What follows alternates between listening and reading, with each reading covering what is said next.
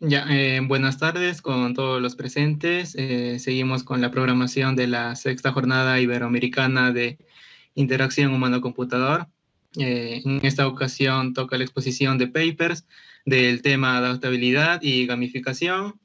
Bueno, sin más preámbulos, comenzamos con el paper titulado Tales of Etria, English Vocabulary Game, de los autores Juan Salazar, Diana Toro, Edwin Gamboa y María Trujillo.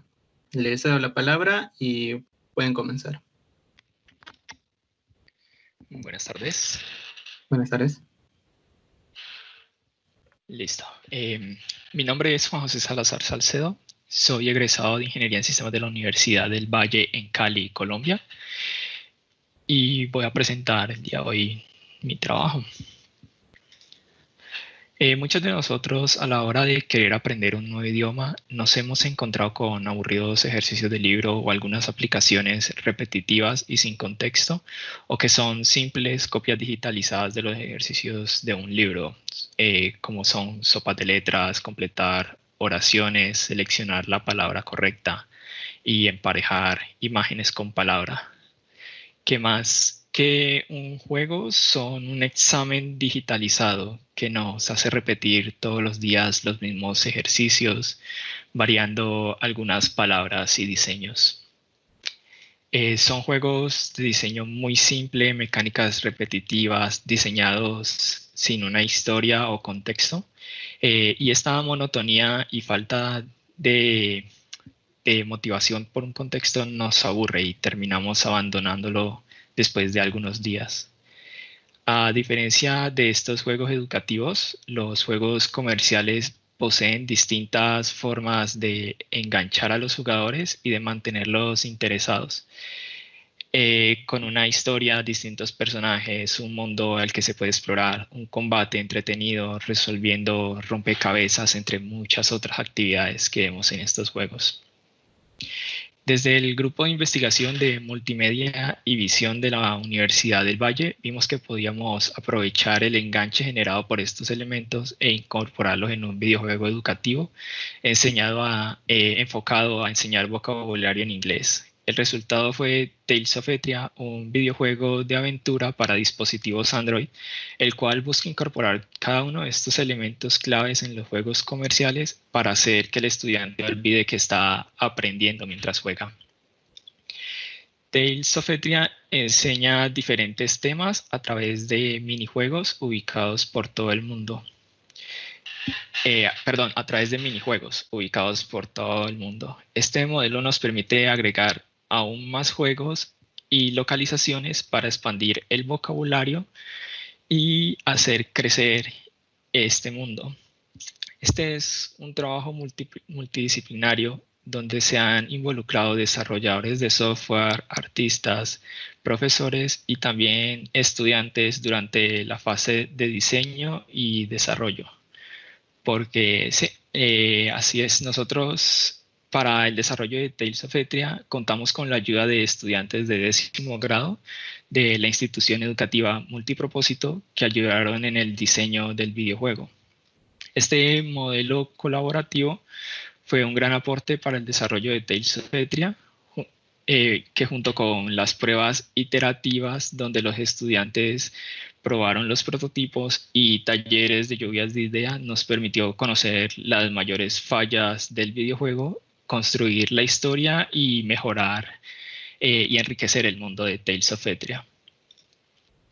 Estos mismos estudiantes fueron nuestro público objetivo, estudiantes cuya situación es un poco difícil debido a que se encuentran en una zona popular de la ciudad de Cali y al bajo nivel de inglés presente en la institución educativa. Para resolver el primer reto,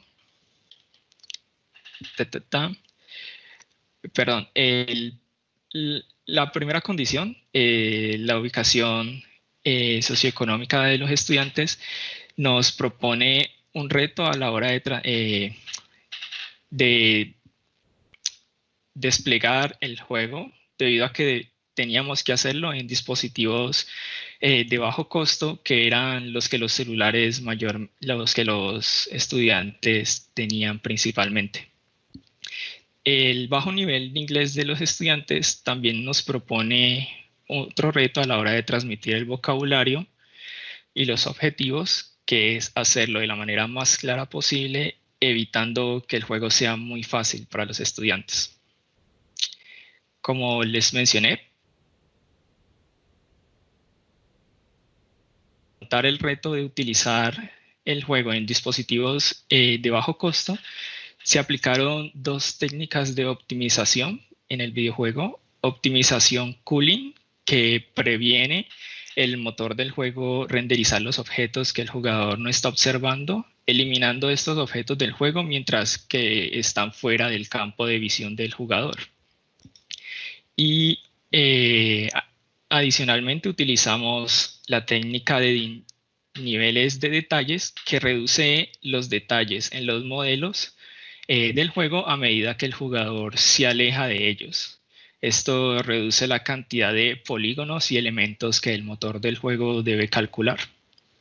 Como resultado de estas técnicas, logramos incrementar el rendimiento medido en cuadros por segundo en los celulares de gama baja y media gama, especialmente y de forma más significativa en los celulares de gama baja más recientes a la fecha de hacer esta prueba de rendimiento.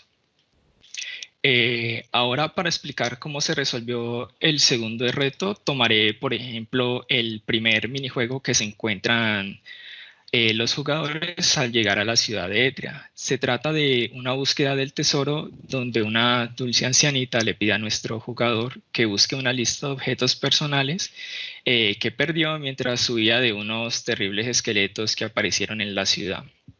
En este minijuego se busca enseñar vocabulario de objetos personales, lugares de la ciudad y preposiciones de lugar.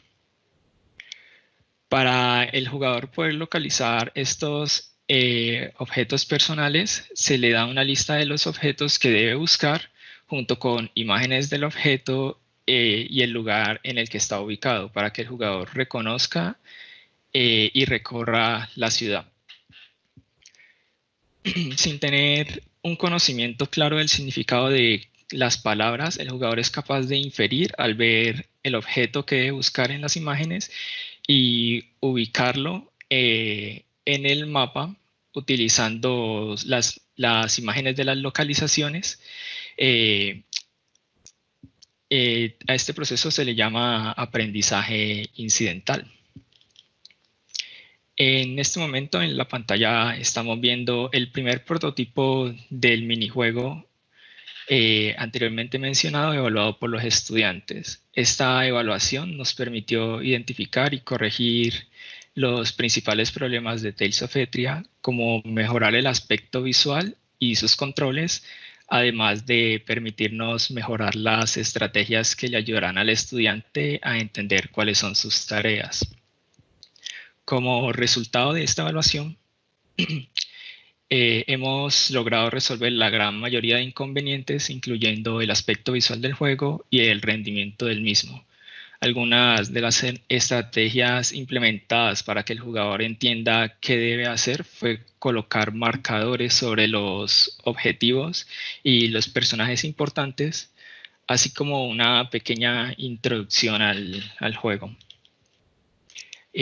Para finalizar, me gustaría comentar que el usar una metodología centrada en el usuario fue de muchísima ayuda, pues nos ayuda a identificar y corregir rápidamente los mayores problemas de Tales of Etria, además de facilitarnos el proceso de conceptualizar el mundo de Tales of Etria. También las técnicas de optimización, aunque no fueron suficientes para correr de forma fluida en los dispositivos de gama más baja, sí mejoraron el rendimiento del juego de manera muy eficaz. Por último, notamos que el agregar estos elementos de los videojuegos comerciales, además de estar desarrollando Tales of Etria en conjunto con los mismos estudiantes, aumentó la curiosidad y deseo de jugarlo al ver que era algo que ellos mismos habían creado. Siendo nomás, les agradezco mucho por la atención prestada. No sé si tienen alguna pregunta.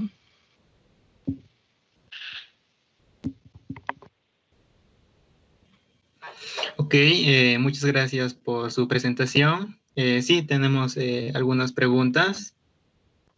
Bueno, la primera es, comentaron que el juego se iba a desarrollar en Android. ¿Pensaron en desarrollar para otras plataformas como iOS? Debido al motor de juego que nosotros estábamos utilizando, que era Unity, tenemos la posibilidad de fácilmente pasar este videojuego a dispositivos iOS. Sin embargo, al momento del desarrollo del videojuego no lo teníamos presentes, pues prácticamente ninguno de los estudiantes tenía un dispositivo de estos. Entonces, por el momento decidimos enfocarnos en Android únicamente. Correcto. Ya, la otra es, ¿de qué manera se planea obtener feedback para mejorar e incrementar la calidad del juego? Nosotros seguimos desarrollando Tales of Etria utilizando la misma técnica colaborativa donde cada uno de los minijuegos, perdón, es evaluado con los estudiantes. Los mismos estudiantes nos dan el feedback y unas semanas después volvemos con una versión del videojuego corregida. Correcto. Nada más, ¿cualquiera podría obtener acceso al juego? No en el momento debido a que no está desplegado en ninguna tienda pública, como lo sería la Play Store de Google. Sin embargo, podríamos mandar una copia de la APK a través de un correo. Es lo mejor que podría hacer para dar acceso al videojuego. Claro. Ya, y una última pregunta. ¿Qué herramientas de desarrollo se vieron involucradas o tomadas en cuenta? Nosotros evaluamos utilizar un Unreal Engine. En ese momento creo que era el 4, la última versión de ese motor, pero al final nos decantamos por Unity como motor de juegos debido a que su curva de aprendizaje era mucho más fácil. También utilizamos Blender para crear los modelos y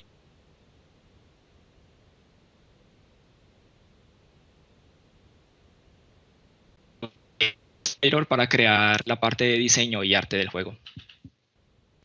Ok, perfecto. Gracias nuevamente. Bueno, seguimos con el siguiente paper, titulado Todos los mundos posibles, las narrativas lúdicas como experiencia de usuario para el cambio social, de la autora Yasmín Sayán. Les doy la palabra y puede comenzar. Hola, ¿qué tal? ¿Se puede observar las diapositivas? Sí, sí se mira. Ok.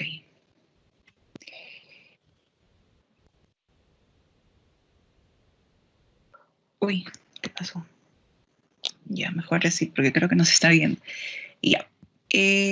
Bueno, un poco, a ver, un ratito, para comentar, este es el índice, ¿no? Que vamos a ver primero lo que es la introducción, los fundamentos teóricos, la metodología, el caso de estudio y los análisis, bueno, los resultados que se tuvo y la discusión. Se ha tomado 2 casos, que es un proyecto transmedia en donde hay una web gamificada, una interacción, digamos, física, y luego se creó una historia, y luego es un juego digital. Ambos son de organizaciones, uno es de educativa, el otro es de Oxfam, de una organización cuyo objetivo es disminuir la pobreza. Pero antes de seguir comentando sobre eso, primero quisiera comenzar eh, por qué el nombre de ludonarrativa y como una experiencia de usuario, ¿no? Para el cambio social. Un poquito hablar, por ejemplo, todos conocemos lo que es la gamificación, ¿no? Y que la gamificación nos invita a agarrar aspectos emocionales, cognitivos, para recrear también y poder empatizar una realidad que de repente es adversa a nosotros. ¿no? Se usa mucho justamente en los negocios, en las empresas, y hay variedad de proyectos gamificados también, ¿no? Pero ¿qué pasa por qué la teoría de todos los mundos posibles? Porque justamente nos acerca a espacios de jugabilidad, ¿ok? Por ejemplo, el videojuego, ¿no? Es una plataforma también que nos permite crear una cantidad de historias y mundos posibles. Y ahí se destaca bastante un lenguaje hipertextual, una narrativa, crear universos digitales y multimedios a la vez. El objetivo es un poco saber el rol de estas ludonarrativas como una experiencia usuario, ¿no? Porque lejos de ser solamente juguetes, en verdad no se asemejan a una literatura que puede ser VR, o que también a ser inmersos en la narrativa, ¿no? Entonces, con todo ello, es interesante saber también cómo esto puede influenciar un posible cambio social, ¿no? ¿Qué tanto podría realmente hablar sobre un cambio social? Me gustaría hablar un poquito de fundamentos teóricos, por qué todos los mundos posibles. Hay un autor que es Planels, habla que en verdad hay una expansión tanto a nivel científico, ¿no? Como se usa en la literatura para hablar de mundos ficcionales y no ficcionales, ¿no? O sea, hablar sobre documentales, por ejemplo. También, bueno, hablamos de diferentes tipos de mundos, podemos crear infinidad de mundos. Por ejemplo, si hablamos desde las humanidades, podemos hablar del mundo cristiano, pagano, ¿no? O imaginarios, por ejemplo, de Sherlock Holmes. Periodos, el romanticismo, ¿no? Entonces, ¿cómo eso también, de alguna manera, también hace la posibilidad de mundos dentro de una lógica, dentro de una narrativa, ¿no? Ok. Digamos que Planels lo que habla también es sobre la lógica modal, ¿no? Que de hecho tiene que ver bastante con una semántica donde hay un estructuralismo del texto, pero a la vez también hay una creación con diversas posibilidades y campos, ¿ok? Y esto nos permite variar en la tipología de mundos ficcionales, desde la semántica narrativa, la construcción de personajes, por ejemplo. Entonces, aquí, por ejemplo, este es un cuadro de justamente los mundos ficcionales, en donde cómo es que se juntan, de alguna manera, diversas cantidades de mundos ficcionales y no necesariamente no ficcionales, ¿no? Por ejemplo, cuando yo puedo mencionar un universo sobre Sherlock Holmes, pero de repente por ahí aparece un fact fiction, por ejemplo, los fanfiction que son de personas que van comentando o van creando otros mundos que ya no depende del que creó el universo, ¿no? Y se vuelven de alguna manera en mundos actuales y de alguna manera eso, digamos, el universo se queda, pero lo más importante o el núcleo vendría a ser los mundos actuales, lo que la gente está creando, ¿no? Lo que el usuario está interviniendo de alguna manera. Entonces el usuario ya empieza a ser parte de estos mundos ficcionales también y crea una realidad objetiva. Entonces, con todo esto pensar, efectivamente, entonces, sabiendo estas cosas, ¿cómo podemos generar una experiencia usuario para que realmente el usuario también genere un tipo de cambio social? Entonces, pensar también estos mundos y la ludoficción como un espacio de juego. ¿Qué me quiero referir un poco, o qué se refiere a esta investigación? Justamente con un lenguaje biolúdico que tenga una dimensión y multidimensiones, que se cree un hipertexto, un lenguaje, ¿no? Una noción de gameplay y también de una dinámica y mecánicas del juego. Es por eso que cuando hablamos también de rompecabezas, ¿no? Hablamos de flujo, de donde esto es un tipo de diagrama lineal, ¿no? Hay un mundo principal, un mundo secundario, y que se conectan en sí linealmente, pero igual vemos muchos mundos, ¿no? Mundo 1, mundo 2, mundo 3. Pero ¿qué pasa con otro tipo donde existe lo real y lo imaginado, lo que se puede reinventar, ¿no? Por ejemplo, existe el videojuego uno que es Alice Madness, que se crea en base de un universo ya creado, que es Alice en el País de las Maravillas, pero otra versión, y encima, dentro de la versión del videojuego, tú vas consumiendo la historia en diferentes tipos de hipertextualidad, ¿no? Y esto, ¿por qué no se podría aplicar dentro de la gamificación? Por ejemplo, ¿no? Está el Gamification Model Canvas, que está en las plataformas, mecánicas, componentes, dinámicas, ¿no? Los reverse, los jugadores. Y esto de alguna manera ya se está usando desde lo tecnopolítico, ¿no? Donde justamente el usuario es parte de una política de Internet, donde el usuario genera un tipo de política tecnológica. Y está también los juegos artísticos, que también de alguna manera sirven para un tipo de protesta, o juegos artísticos que sirven simplemente para contar una historia también. Entonces, con todo eso, bueno, paso a la metodología a explicar un poco los casos, ¿no?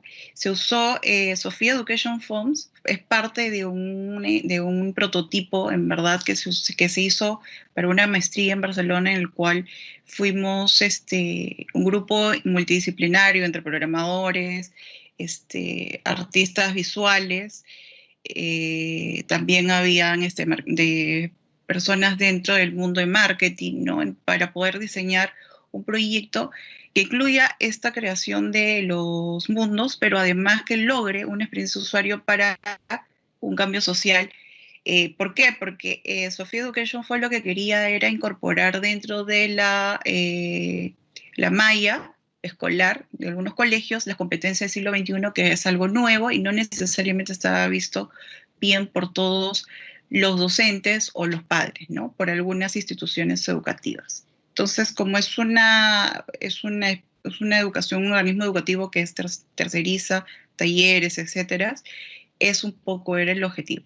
Y el caso de Ninípolis es de Oxfam Perú, es un proyecto, un juego digital que es parte de Actúa.p, en donde busca disminuir la pobreza del Perú con la creación de profesionales, ¿no?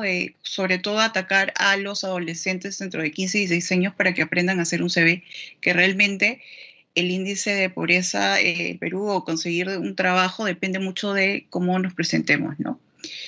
Entonces, se hizo una observación participante porque justamente fuimos parte de la experiencia de la creación de esto y a la vez se pudo hacer un análisis.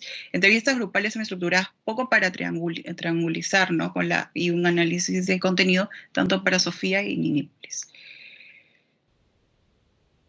Esto es un poco la tabla del instrumento que se midió, en donde se recoge, basado en el Gamification Model Canvas, la teoría de los mundos posibles, que he explicado relativamente cortito arriba, y los objetivos de cada experiencia, ¿no?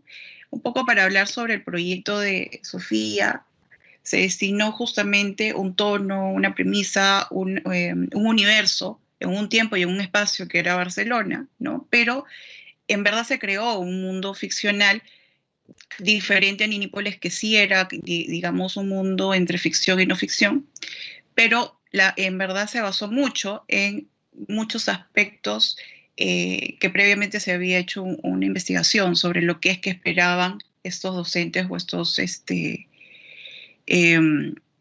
esperaban los padres, ¿no? También. En base a ello, se hizo un plan transmedia, un canal multiplataforma, en donde cada plataforma, por ejemplo, se creó un animatics, como un tipo de, un animatics, una animación, un piloto que era parte para hacer una serie web, un video institucional, luego una intervención donde se expandía el mundo de Sofía, en donde se creó, y ahora más adelante lo voy a comentar, un mundo de las cometas que salía fuera del universo en sí de Sofía, de la institución. En la web, que ahora más adelante la voy a contar también, en verdad, en cada plataforma se creó mundos, unas historias. Por ejemplo, en la pieza principal, que es las animaciones, se comenta un poco la historia de las Islas de las Cometas. En la activación que hace el mundo físico es una cometa no identificada donde supuestamente una cometa cae, ¿no? En la web gamificada se crea un símbolo en donde se reparten diferentes wireframes de la web, y la idea es que el usuario vaya viendo todos los... la información sobre la experiencia del siglo XXI en diferentes tipos de actividades, que lo vamos a mencionar en un ratito, para que finalmente construya un ayu que está quebrantado, un símbolo que está quebrantado. Cuando la una se le da una recompensa, ¿no? Siguiendo también un poco el tipo de las dinámicas y mecánicas de un juego. En las redes sociales, bueno, también se usó Facebook, Twitter para crear. Entonces, primero se creó una intriga, ¿no?, sobre el mundo, se creó las Islas de las Cometas, se crearon igual personajes, sin embargo, el símbolo, que es, digamos, esta niña que ven aquí, es el símbolo de la institución, se puso otro personaje parecido en donde, digamos, que tenía rasgos parecidos en donde acompañaba a Sofía, ¿no? Entonces Sofía personifica la institución, que es Sofía Education Fund, pero en verdad nos lleva a nosotros, la IA, a un viaje por este mundo, donde está su papá, están los antagónicos, ¿no? Sí, aquí, bueno,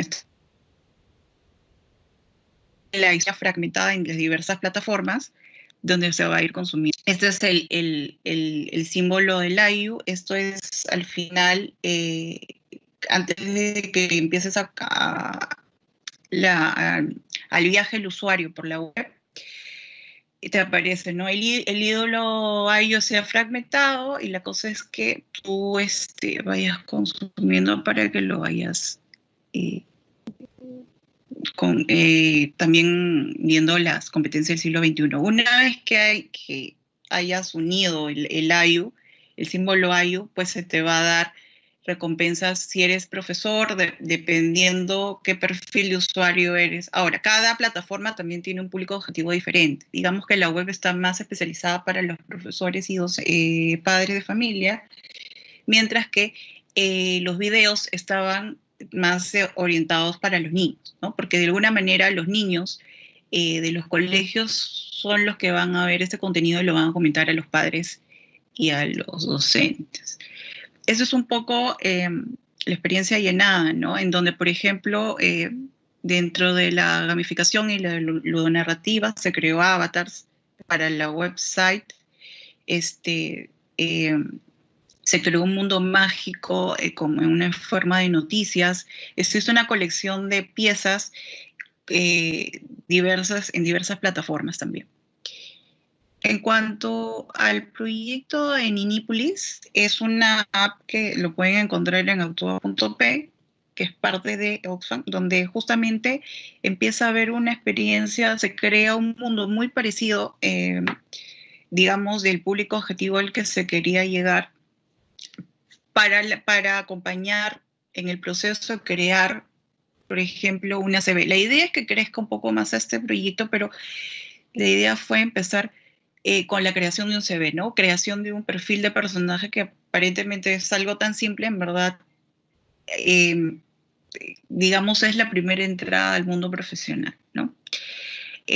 Muchos de los adolescentes que usaron esta plantilla, digamos que se sienten muy, muy interesados y han logrado un gran porcentaje de conseguir también puestos de trabajo. Bueno, creo que ya me estoy pasando de tiempo. Digamos que para triangulizar un poco los hallazgos importantes que se usó una validación y unas entrevistas grupales con docentes de una universidad peruana, pese a que era una universidad de Barcelona, que también se contrastó con docentes de una universidad de Barcelona, que es la Universidad Ramon Llull. Pero ¿por qué es que se quiso hacer? Para ver qué tanto un mundo que es tan adverso por ejemplo, a Perú, ¿no? O que pareciera que estaba más pegado a Barcelona, realmente podría tener trascendencia. Y en verdad, las respuestas fueron interesantes, sobre todo porque en verdad la historia, digamos, empatizaba bastante con ciertas cosas de lo educativo. Sin embargo, sí pidieron que de repente los personajes sean un poco más parecidos de repente al peruano, ¿no? En cambio, en Barcelona, digamos que fluyó un poco más ese aspecto. Mencionaron también que la dinámica y la mecánica del juego está muy bien escrito, digamos que les invita a seguir desarrollando y consumiendo en cada plataforma y en cada pieza del proyecto, en el de Sofía. Cosas de mejoras es que, ¿qué pasa? Que les gustaría ver no solamente una web interactiva con un tipo de personaje o un tipo de historia, sino que les gustaría ver más series, una serie web, por ejemplo, que también sea interactiva con los personajes, ¿no? Dijeron, bueno, ¿qué pasa también con los niños que se portan mal? Bueno, eso es algo que igual como docentes salió y que sería interesante hacer un mundo aparte para eso. En el caso de Ninípolis, la entrevista fue y con el uso de la plataforma entre personas de 15 y 17 años que utilizaron el videojuego y lo sintieron amigables. En verdad salieron contentos porque salieron con un producto que es un CV, ¿no? Y en verdad esa era una recompensa más allá de seguir la historia y jugar y bueno, seguir la dinámica del juego dentro de la misma plataforma. La recompensa mayor que sintieron fue el CV. Ok. Y bueno, unas conclusiones finales es que dentro de una experiencia de usuario digamos que las narrativas lúdicas junto a una dinámica y mecánica sí podrían conseguir un cambio social en el sentido de que podría ser más fácil conseguir el objetivo de cada proyecto que está logrando, ¿no? Los mundos son infinitos y podríamos empatizarlo justamente con el usuario desde la ficción y no ficción, ¿no? Desde la hipertextualidad, por ejemplo. Sí, listo. Muchas gracias.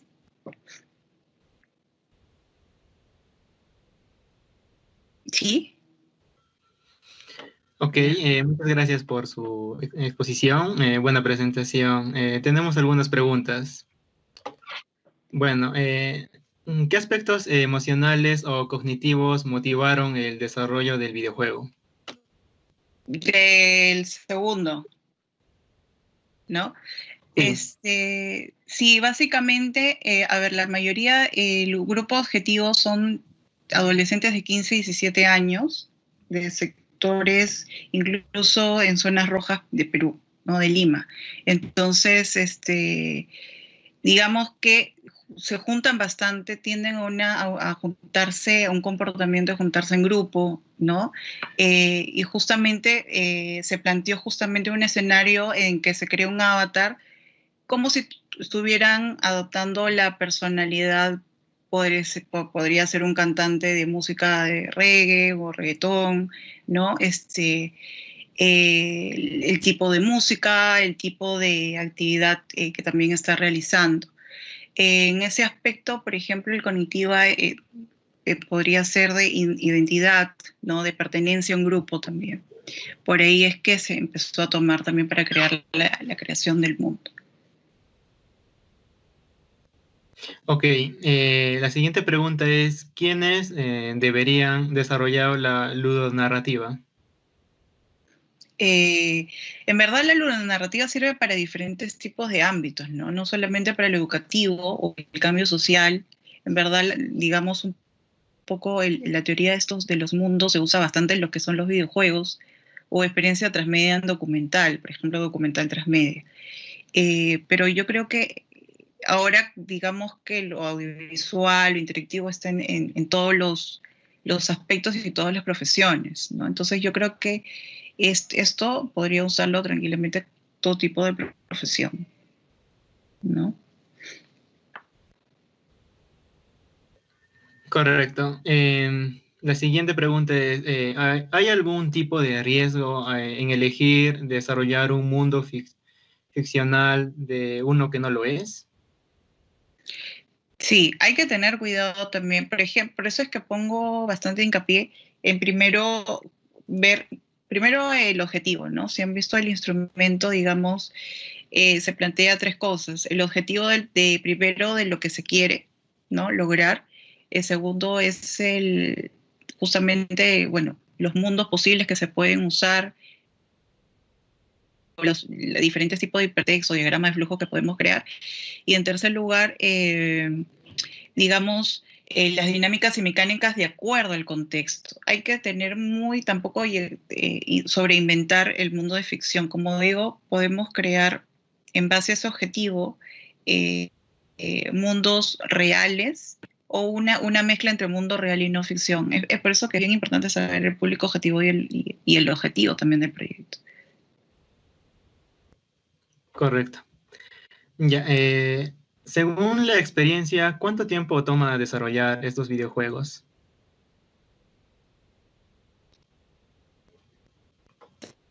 Termina digamos, eso nos encantaría. No sé, de todas las piezas que les he mostrado, no todas las piezas se han logrado. Algunas están ahí en prototipo. La que más éxito tuvo fue la animación, que es piloto, y la web gamificada, ¿no? Y además que tengan en cuenta que fue un proyecto de trabajo de maestría, que fue para un cliente, ¿no? Pero sí, digamos, tomó un año de realización, ¿no? Y el costo de un proyecto transmedia es alto también. En caso de un videojuego, es un videojuego que no necesariamente llega a ser un proyecto transmedia. Este es simple puede ser incorporado en un teléfono como una app o en una web como Actúa Perú. No es tan elevado porque solamente es una pieza, ¿no? Pero sí podría ser un poco costoso. Correcto. El siguiente es de las oportunidades de trabajo que mencionó en la diapositiva 27. ¿Pensaron bajo qué herramientas se piensa desarrollar la web? Sí, bueno, fue un prototipo igual como mencioné, fue HTML en un sistema Linux, pero digamos, por ejemplo, como lo mencioné al comienzo, fue un proyecto hecho por un grupo multidisciplinario, en donde un programador, digamos, se encargó también de hacer toda una investigación para ver por dónde entraba, por dónde salía, para ver la usabilidad justamente de la web, ¿no? Sin embargo, por ejemplo, Andrés Díaz, conmigo, creamos un poco del game design dentro de la web, que no necesariamente se necesita un programa, ¿no? Pero sí necesitamos saber un poco la arquitectura del proyecto, más que todo al ser la web. Entonces, una sugerencia o un consejo es que primero se pongan a dibujar la arquitectura, el diagrama de flujo de la web del proyecto, cómo quieren contar. Primero, bueno, diseñen la historia y luego que creen la arquitectura del proyecto, diagramas. Hay programas, de hecho, libres, ¿no? Que también que están en internet, en las que pueden ir diseñando estas arquitecturas del diagrama de flujo. Luego ya el aplicarlo en la web ya es un proyecto además de una programación HTML, ¿no?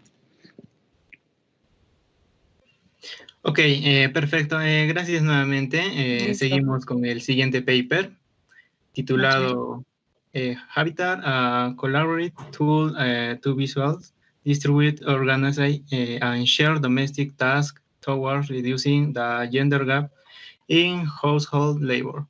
De los autores Axel Alonso García, Alondra Ayala Ramírez, Laura Vázquez Navarrete y Rocío Abascal Mena.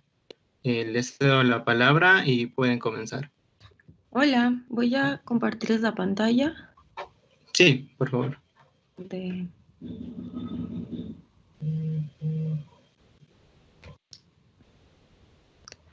A ver. ¿Ahí la ven? Sí, sí se mira. Sí, ok. Bueno, nosotros, como ya dijeron, somos Axel Alonso, Alondra Ayala, Nuestra asesora es la doctora Rocío Abascal y yo soy Laura Vázquez y voy a presentar a nombre del equipo. Somos un equipo interdisciplinario de estudiantes de la maestría en Diseño, Interacción y Comunicación de la Universidad Autónoma Metropolitana de México. Y nuestra herramienta es Habitar, que es una herramienta colaborativa para visualizar, distribuir, organizar y compartir labores domésticas hacia la reducción de la brecha de género en el hogar. Bueno, lo que pasó fue que nos dimos a la tarea de identificar alguna problemática social que pudiera ser trabajada a través de una herramienta digital. Sabíamos que probablemente no íbamos a resolver todo el problema, pero que podríamos trabajar con ella a través de estas herramientas. Y digo herramientas porque en un principio no quisimos acotar directamente ni el problema, ni la investigación, ni la solución a una herramienta digital específica, ¿no? No empezamos y no desarrollamos pensando en si íbamos a crear una aplicación o una página web o cualquier otro tipo de herramienta. No había un objeto final, ¿no?, al cual estaba anclada la investigación. Primero, porque ninguno de nosotros tiene una formación propiamente computacional. Y segundo, porque como queríamos llevar todos nuestros conocimientos a esta investigación, queríamos que la investigación misma nos fuera llevando hacia dónde tenía que resolverse el problema. Y acotarlo a algún objeto de diseño final nos iba a quitar esta posibilidad y cerrar, ¿no?, muchas puertas. Entonces, bueno, el análisis empezó con las problemáticas agravadas por la pandemia de COVID y con la que nos encontramos que nos pareció de mayor interés fue la brecha de género en el trabajo doméstico, ¿no? Sabemos que constituye un problema estructural, pero se vio potenciado particularmente por la pandemia. Primero, porque había muchas personas que o bien se quedaron sin empleo, tuvieron que trasladarse a su casa, y esto aumentó primero la carga doméstica que existía en el hogar, ¿no? Ahora estamos todo el tiempo en casa, una cantidad mucho más grande de tiempo, entonces las labores domésticas aumentan, hay más cosas que hacer, hay más personas, más tiempo en el hogar. Y las actividades que antes se desarrollaban en espacios públicos, ahora se desarrollan en espacios cerrados, ¿no? Entonces pues la carga de trabajo es mucho mayor. Hay más personas habitando el mismo espacio y más actividades que se tienen que realizar en ese espacio que es cerrado. Y eso al mismo tiempo cambió las dinámicas familiares, ¿no? Había personas que a lo mejor nunca estaban en su casa, no sabían ni siquiera qué era lo que tenía que hacerse en una casa para mantenerse corriendo, ¿no? Normalmente para mantenerse viva, para mantenerse limpia y habitable. Y eso pues también trajo un montón de sentimientos negativos y de frustración, de enojo, de estrés, que al mismo tiempo pues potenciaron, ¿no?, toda esta problemática. Bueno, la brecha de género en el hogar, sabemos que existe, nosotros lo suponíamos por nuestras experiencias personales, pero en nuestra investigación nos dimos cuenta que la mayoría de hogares mexicanos y en todos los contextos, de todas las clases sociales, existía esta brecha, ¿no? La distribución de trabajo era extremadamente inequitativa y no nada más en quién hacía qué, sino quién se encargaba de organizar y de obtener los insumos necesarios para organizar estas tareas, de repartirlas, de decir, bueno, tú haces esto, tú esto acá, si está hecho esto o no. El esfuerzo no era nada más físico o laboral, también era un esfuerzo mental de hacer esta organización. Aquí podemos ver una ilustración pequeña con las horas a la semana dedicadas a labores domésticas y de cuidado, donde vemos que pues la disparidad entre hombres y mujeres es muy grande, de 39 horas a 4 horas semanales por género.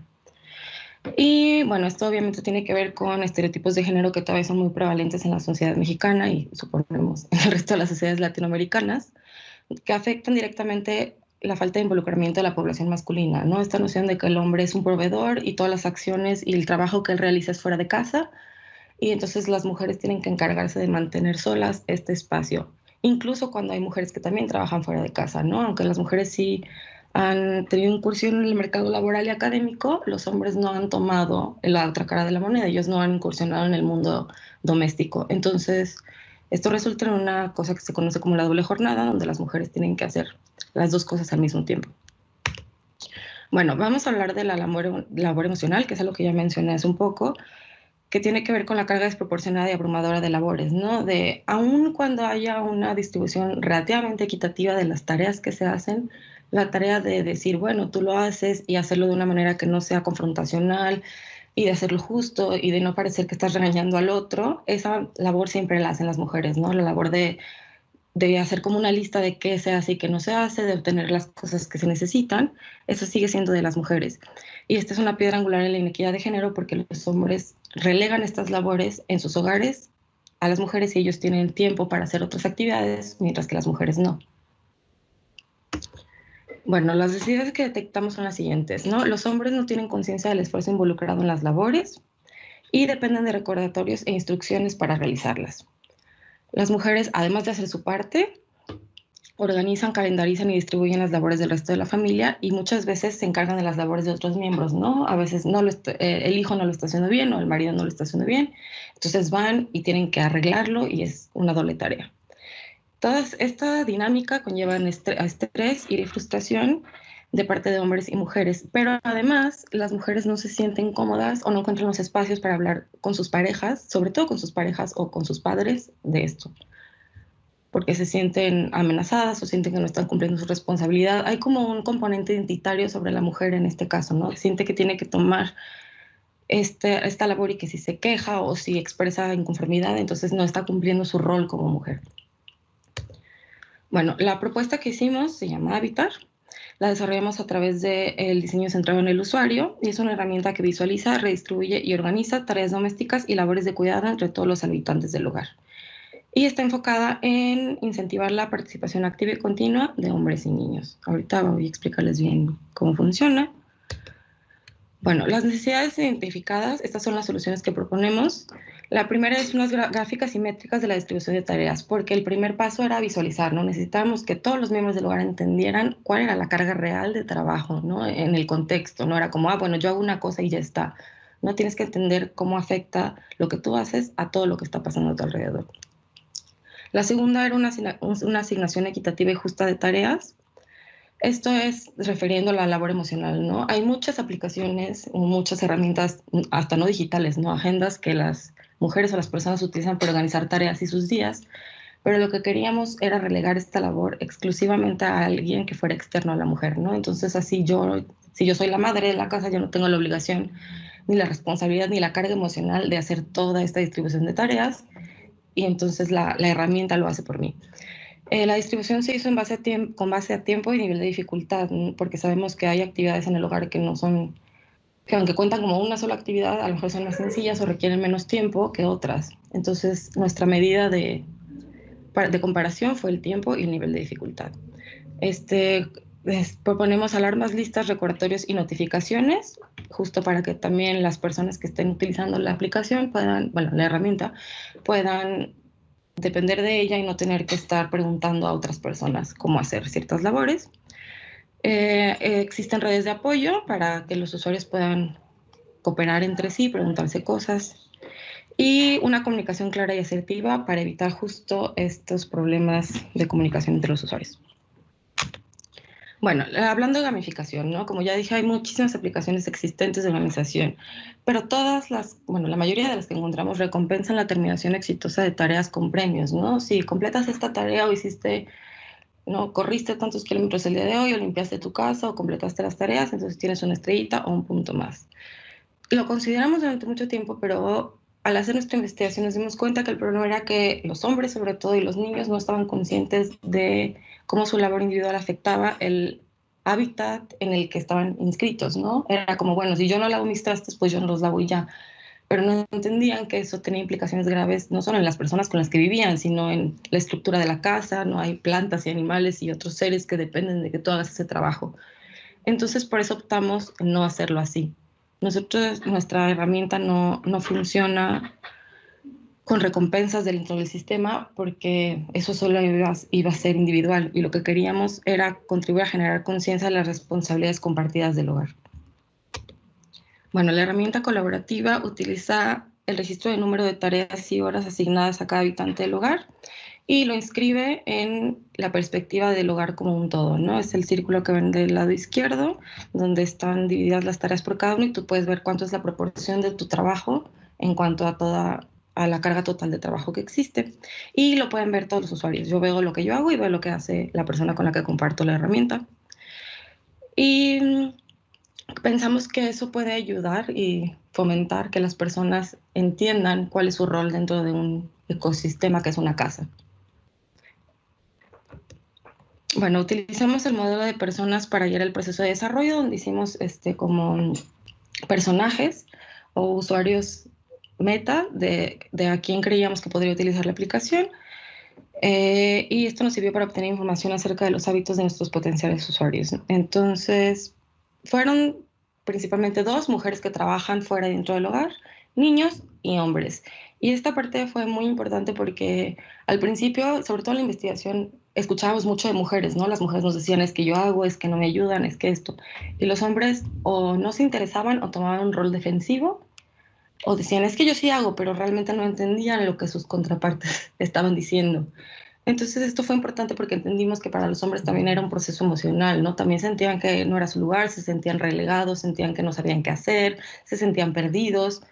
Y esto funcionó para todo, para cómo decidimos desarrollar la herramienta, ¿no? Porque si bien, aquí fue cuando descubrimos que si bien las beneficiarias directas iban a ser las mujeres, lo importante es que lo utilizaran hombres y niños. Ellos eran los que tenían que entender y usarlo, si no iba a ser nada más como una agenda virtual para mujeres, y eso era justamente lo que no queríamos. Bueno, hicimos el proceso de prototipado, empezó con un prototipo, que usamos una puerta falsa, esto es, fingimos que la herramienta ya estaba lista para salir al mercado, montamos una página de Facebook, hicimos diferentes mockups o imágenes donde explicábamos cómo funcionaba, cuáles eran sus principales características y cómo se podía usar. Esto fue importante porque, como mencioné al principio, nosotros no acotamos la herramienta a una página web o a una aplicación, no sabíamos. Entonces, los mockups tenían uno de cada una y esto nos permitió que el usuario nos fuera diciendo qué era lo que ellos esperaban, ¿no? Nosotros hasta en el lenguaje nunca especificamos qué era la herramienta. Y ellos fueron los que nos decían, bueno, entiendo que es una aplicación móvil.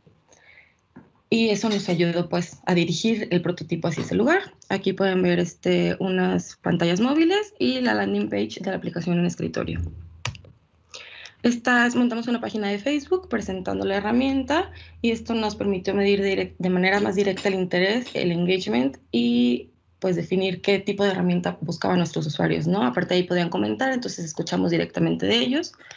El 81% de los que comentaron fueron mujeres, pero sí tuvimos una proporción representativa de hombres. La mayoría eran hombres que acababan de mudarse fuera de casa de sus padres y entonces vivían solos o con otros hombres y que necesitaban sobre todo ayuda en esta parte de sentirse parte de una comunidad que les permitiera adentrarse en el mundo de las labores domésticas. Y además creamos una forma donde los usuarios podían mandarnos preguntas y pudimos medir las métricas de interés de nuestros usuarios. Bueno, luego hicimos un prototipo digital, hicimos una prueba de usuario con las principales pantallas. Ahí sí desarrollamos todo el diagrama de toda la aplicación completa, pero realmente solo queríamos medir las funciones principales, que eran, ¿no?, que pudieras identificar cómo funcionaba el hogar y cómo era la repartición de tareas, qué tareas te tocaban a ti, y cómo podías sumar o restar tareas a tu día y cómo eso iba afectando las proporciones en el hogar, y cómo podías compartirlas con los otros usuarios, que es la pantalla que está hasta el lado derecho, donde vienen tips de regar plantas y ahí pueden ver la ilustración y algunos comentarios. Bueno, los resultados de nuestro prototipo fueron, la verdad, bastante positivos. Nos faltó quisimos hacer una prueba en un hogar compartido, ¿no? Pero, pues, vaya, la contingencia y otras no nos permitieron hacerlo de esta manera. Pero bueno, confirmamos lo que habíamos pensado. Los usuarios más interesados en nuestra herramienta son mujeres que trabajan dentro o fuera del hogar y que necesitan reducir su carga de trabajo doméstico, hombres que necesitan entender y practicar el autocuidado y el cuidado colectivo, ¿no? Que están aprendiendo a cocinar para sí mismos, a lavar su ropa, a hacerse cargo de un hogar y además a cuidar de esta estructura que es un hogar que a lo mejor tienen plantas o mascotas o viven con otras personas. Y niños que estaban aprendiendo de responsabilidad, autonomía y colaboración. De lo que nos dijeron nuestros usuarios al final de la prueba hicimos unos cambios en la disposición y el display de la información para que fuera más prominente las métricas de cómo estábamos comparando la distribución de labores del hogar. Modificamos unos marcadores gráficos para facilitar la navegación y la lectura. Y pues sí, y nos sugirieron que pusiéramos una pestaña de ayuda para que fuera más fácil para ellos aprender a utilizar la aplicación, sobre todo en los primeros usos. Y ya, es todo.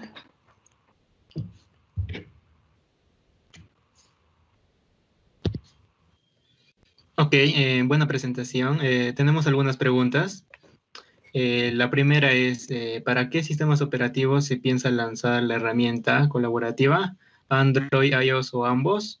¿O en su defecto una aplicación híbrida que sea tanto para mobile y web a la vez? Hola, perdón, yo les puedo contestar eso. Creo que en un futuro algo que nos hemos planteado es la posibilidad de desarrollarla a través de PWA para evitar el tema de la accesibilidad, sobre todo en México. No todo el mundo tiene acceso a iOS. Los aparatos de Apple en general son caros, entonces te permitiría muchísimo más que las personas tuvieran más acceso si no lo limitas a iOS o a Android, para el caso de México. Correcto. Sí, para eso, la siguiente pregunta. Alondra, cuando revisamos las pruebas del prototipo en Facebook, notamos, las métricas nos dijeron que más o menos la distribución era mitad entre ellos y entre Android, entonces sí planeamos que fuera para ambos.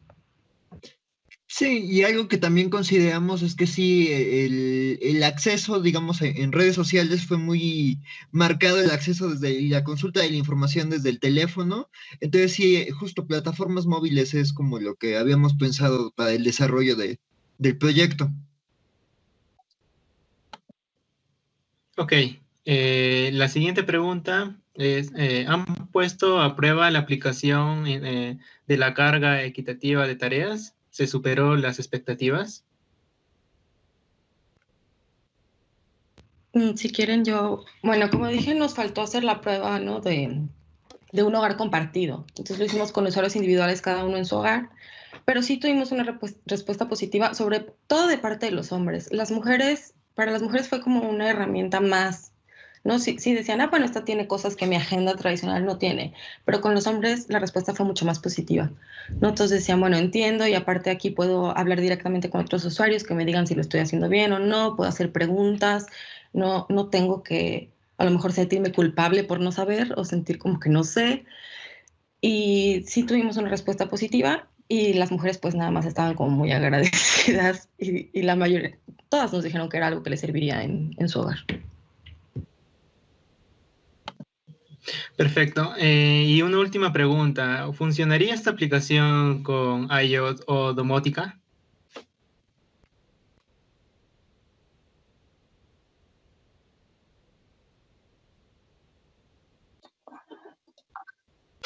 Sí, la ventaja de PWA es que te permitiría que funcione, o sea, estaría basado en web y no dependería de un sistema operativo particular, entonces sí, no habría problema con que funcionaría en iOS.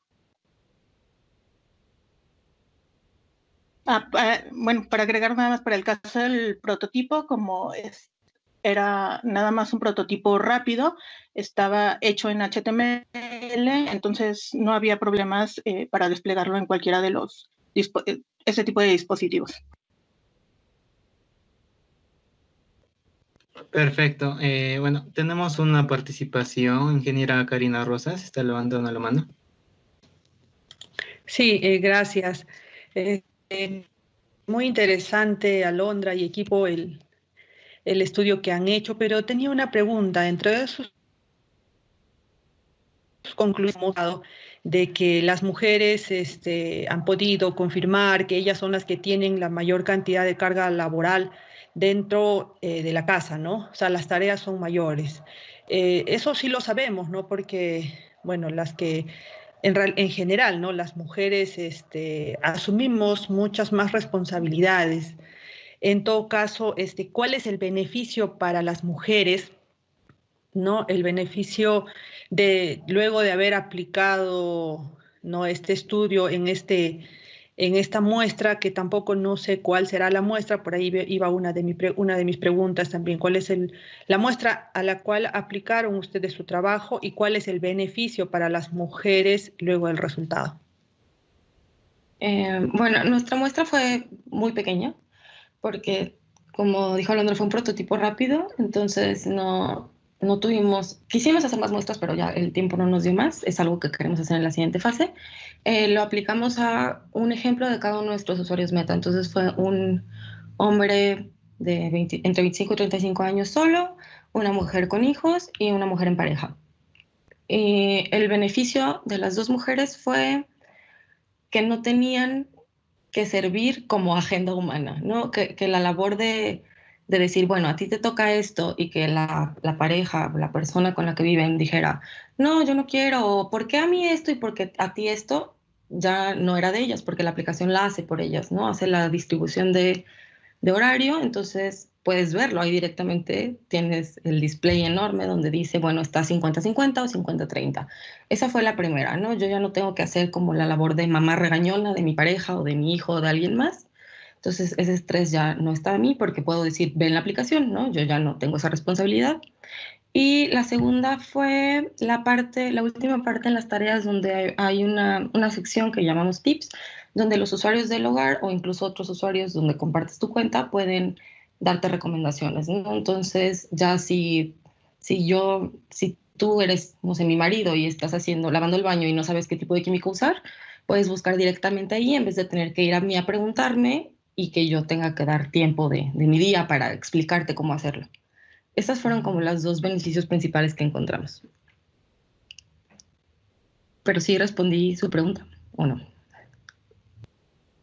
Sí, muchas gracias.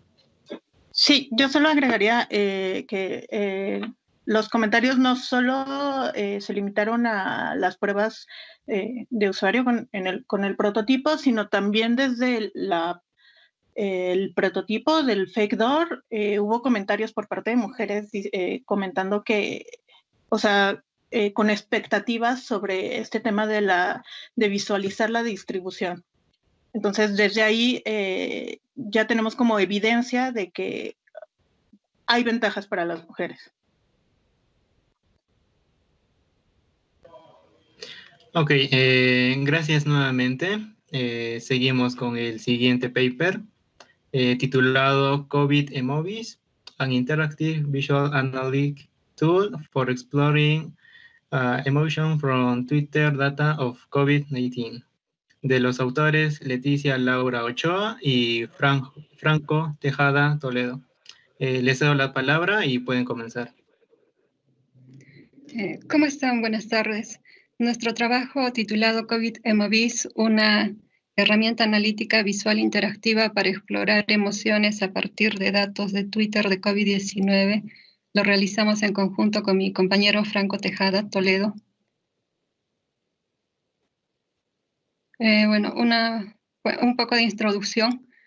Hoy en día la mayoría de las personas utilizan los medios sociales como Twitter y generan bastantes cantidades de información sobre tópicos específicos, comparten emociones, pensamientos, y esta información, estos posts, estos comentarios pueden revelarnos un estilo emocional. Algo a tener en cuenta cuando se trabajan con grandes volúmenes de datos, bueno, la escalabilidad y la complejidad tiene grandes desafíos para poder hacer un análisis efectivo y poder visualizarlo a través de una herramienta visual, ¿no? En el tiempo, estas emociones. Entonces requiere técnicas computacionales avanzadas y algoritmos para su procesamiento, así como también recursos de hardware apropiados de alto desempeño. El objetivo de este trabajo es el procesamiento de grandes volúmenes de información y poder visualizarlos a través de una herramienta en el tiempo. Bueno, datos de Twitter relacionados a la pandemia COVID-19. Utilizamos para representar las emociones los sugeridos por Plutchik. En este caso son 8 emociones que están divididas en 4 pares de emociones primarias. Entonces utilizamos también estos colores para la representación de emociones en la herramienta. Ahí tenemos, por ejemplo, enojo, miedo, un segundo par, anticipación, sorpresa, alegría, tristeza, confianza, disgusto. Adicionalmente, también, aparte de categorizarlos, estas emociones, utilizamos también la dimensionalidad. Entonces, 3 medidas que corresponden a BAT, que son valencia, grado de positividad, que es cuando va, por ejemplo, de tristeza a alegría, el arousal, que es el grado de excitación, que es cuando va, por ejemplo, de enojo a rabia, y dominancia, que es el grado de agresividad, que es, por ejemplo, cuando va de miedo a enojo. Entonces, para calcular las categorías de emociones de cada una de las palabras por cada tweet y los, bueno, BAT Score, nosotros utilizamos 2 diccionarios, el NRC BAT Lexicon y el NRC Emotion Lexicon, bueno, disponibles en un trabajo publicado. Nosotros recolectamos los datos de otro trabajo de paper que hablaba sobre COVID-19, sobre sus tweets en Estados Unidos. Tenían esos atributos, identificador de Twitter, fecha de creación, localización, que eran los estados de Estados Unidos, el texto del mensaje, el identificador del usuario y bueno, si estaba o no estaba verificado. Eran en realidad bastantes archivos CSVs. Nosotros solamente consideramos 36 archivos CSVs comprendidos del 5 de marzo al 9 de abril, con un total aproximado de, bueno, 3 millones de tweets y un tamaño aproximado en disco duro de 485 megabytes. Nos basamos, bueno, buscamos diferentes herramientas visuales, ¿no? De minería de textos y nuestro trabajo lo realizamos principalmente en base a este trabajo que encontramos de PER, que utiliza un stream chart para mostrar las 8 emociones de Plutchik, también representadas por sus colores, donde muestran los tweets, donde muestran en un plano bidimensional, bueno, los respectivos valores de valencia, arousal. Este es el pipeline de nuestra propuesta. Entonces, nosotros a partir de los datos de tweets de COVID que pudimos recolectar, realizamos un preprocesamiento eliminando palabras frecuentes como COVID, coronavirus, y obtenimos datos procesados en un archivo CSV. Luego, nuestro motor de emociones, en este caso internamente, trabajaba con Deep Learning, redes neuronales recurrentes, en base a un trabajo ya existente. En este caso, analizamos las emociones básicas, las 8 emociones básicas las clasificamos y obtuvimos las probabilidades por cada una de las emociones. Luego de eso, calculamos los valores BAT Score de valencia, arousal, dominancia por cada una de las palabras del tweet. Nos apoyamos de 2 diccionarios, en este caso NRC BAT Lexicon, para obtener esos valores, y luego esas palabras que encontrábamos, buscábamos su emoción en este otro diccionario que contenían emociones basadas en Plutchik, las 8 emociones. Pero había algunas palabras que no se encontraban en este diccionario. Entonces nosotros, para completar esas emociones faltantes, utilizamos la implementación de redes neuronales recurrentes, bueno, de unos autores, y pudimos conseguir entonces tener nuestro archivo CSV con los tweets y cada uno con las diferentes palabras por tweet, con sus correspondientes valores valencia, arousal, dominancia y emociones respectivas. Y después, con ese CSV, pudimos visualizarlo a través de una herramienta, utilizando en este caso StatGraph, utilizando ventanas emergentes, paginación, nube de palabras y, bueno, más adelante en plano bidimensional.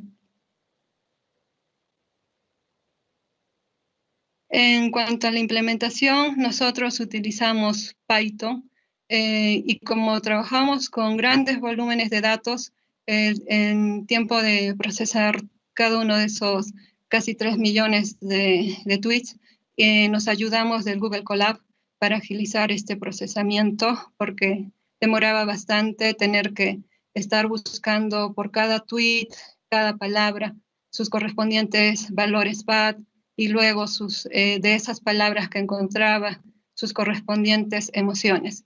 Entonces, también utilizamos procesamiento paralelo. En este caso nos ayudamos de la librería Multiprocessing de Python para reducir ese tiempo de procesamiento. Para la visualización, nosotros, como lo había comentado, nos basamos en una herramienta ya existente, PER Visual Analytics Tool, y utilizamos D3 D3, SVG para la visualización. En cuanto a los resultados, la prueba fue realizada en una computadora con las siguientes características: una CPU de 1.8 GHz, Intel Core i7, memoria RAM de 8 GB. El tamaño de los tweets procesados llegó a alcanzar 2.5 GB aproximados en disco duro. Entonces, tuvimos problemas para cargar la totalidad. Entonces, por las mismas capacidades de nuestra máquina, entonces trabajamos con una muestra para poder probar la funcionalidad del COVID Emovis y responder las preguntas de motivación que nos habíamos planteado inicialmente en nuestro trabajo, ¿no? La primera pregunta: ¿cuáles son las emociones predominantes en porcentajes para una fecha dada? En este caso, nosotros, bueno, se muestra en una línea del tiempo las diferentes emociones, y si observamos acá en esta fecha que corresponde al 5 de abril, creo que no se está viendo claro. Ya, acá el 5 de abril, por ejemplo, las emociones más predominantes serían joy, alegría, y sería trust, confianza, y bueno, por ahí sorpresa. Entonces, y buscando con mi compañero en internet noticias asociadas que había pasado en esa fecha, que había pasado en ese estado, encontramos que el Departamento de Seguridad Pública de Texas había iniciado puntos de control en los bordes de Luisiana en esa fecha específica. Después, nuestra segunda pregunta de motivación: ¿en cuál día fue el nivel más bajo de una emoción determinada? En este caso probamos con la emoción de miedo en el estado de Nueva York, y podemos observar a lo largo del tiempo que el 10 de marzo es donde se obtiene el nivel más bajo de esa emoción. Entonces, también buscando en las noticias que había pasado, solamente, bueno, se habían reportado 36 casos de coronavirus en la ciudad de Nueva York, y las personas continuaban con su vida normal. Nuestra tercera pregunta de motivación: ¿cuál emoción tuvo el valor más bajo en un día determinado? En este caso, bueno, escogimos el estado de California, y nosotros, si observamos acá el 10 de marzo, el valor más bajo, comparando todas estas emociones, viene a ser el de enojo, ¿sí?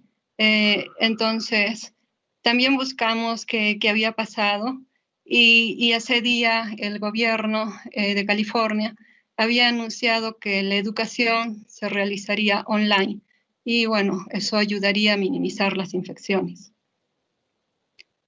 Nuestra cuarta pregunta de motivación: ¿en qué rango de fechas emoción 1 y emoción 2 tienen el mismo patrón de comportamiento?